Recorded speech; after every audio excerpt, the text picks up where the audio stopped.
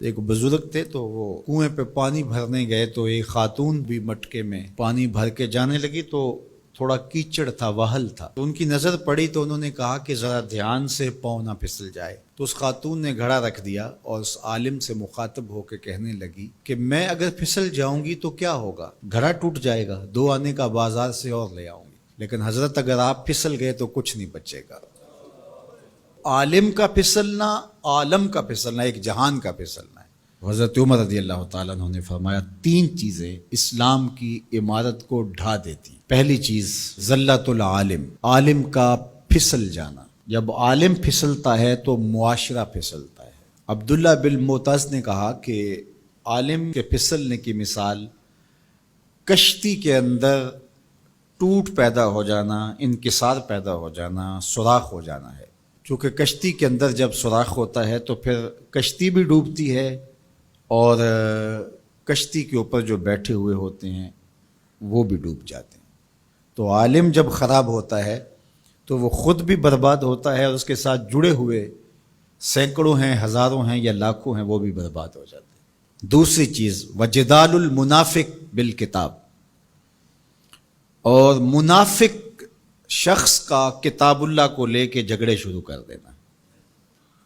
منافقین جن کے اندر نفاق بھرا ہوا ہے وہ مفسر بن جائیں، وہ قرآن لے کے بیٹھ جائیں اور لوگ ان کے فالوور بن جائیں اور وہ لوگوں کو گمراہ کر رہے ہوں. جب کسی قوم کے اندر منافق منبر و محراب کے مالک بن جاتے ہیں اور وہ قرآن سے لے کر مجادلے کر رہے ہوتے ہیں تو قومیں برباد ہو جاتی ہیں. اور آج آپ دیکھ لیں، آج سوشل میڈیا کے اوپر ایسے مکروہ لوگ بیٹھے ہوئے ہیں جو قوموں کے اندر بگاڑ اور تفریق کی بدکاری میں کوئی کسر نہیں چھوڑ رہے اور قومیں برباد ہو رہی ہیں. اللہ تعالیٰ نے قرآن مجید میں فرمایا لوگوں میں سے کچھ ایسے لوگ بھی ہیں کہ جن کی باتیں ایسی ہیں کہ تمہارے دل کو لگیں کہ واہ واہ کیا بات کر رہا ہے، لیکن وہ الد الخصام ہیں، وہ انتہائی لوگوں کے اندر فساد برپا کرنے والے، لوگوں کے اندر شر پیدا کرنے والے. فرمایا تم ایسے لوگ دیکھو گے قرب قیامت میں کہ وہ پچھلے گزرے ہوئے لوگوں پر لعنت کریں گے. وہ کہیں گے جو دین ہمیں سمجھ آیا ہے وہی دین ہے.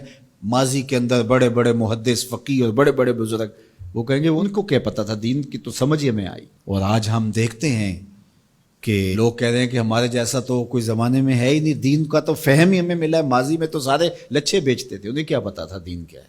اور بزرگوں کی پگڑیاں اچھالی جانے لگی. تو کہا کہ دوسری چیز جو اسلام کو گرا دے گی وہ جدال المنافق بالکتاب، منافق کے ہاتھوں میں کتابیں آ جائیں گی اور وہ کتاب اللہ کو لے کر کے قرآن پڑھ کے حدیث پڑھ کے لوگوں کو گمراہ کر رہے ہوں گے. تیسری چیز وہ حکم الائمۃ المدلین، ان لوگوں کے ہاتھ کے اندر اقتدار آ جائے گا، ان لوگوں کے ہاتھ کے اندر قوت نافذہ آ جائے گی جو خود بھی گمراہ ہوں گے اور لوگوں کو بھی گمراہ کریں گے.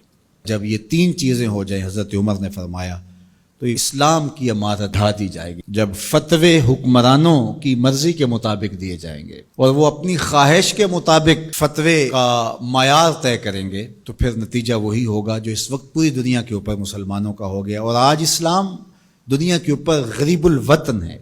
ایسا غریب الوطن کوئی نہیں ہے جیسا غریب الوطن اسلام ہے. 56-57 اسلامی ملکوں کے اندر بھی اسلام کو کہیں جائے پناہ نہیں مل رہی.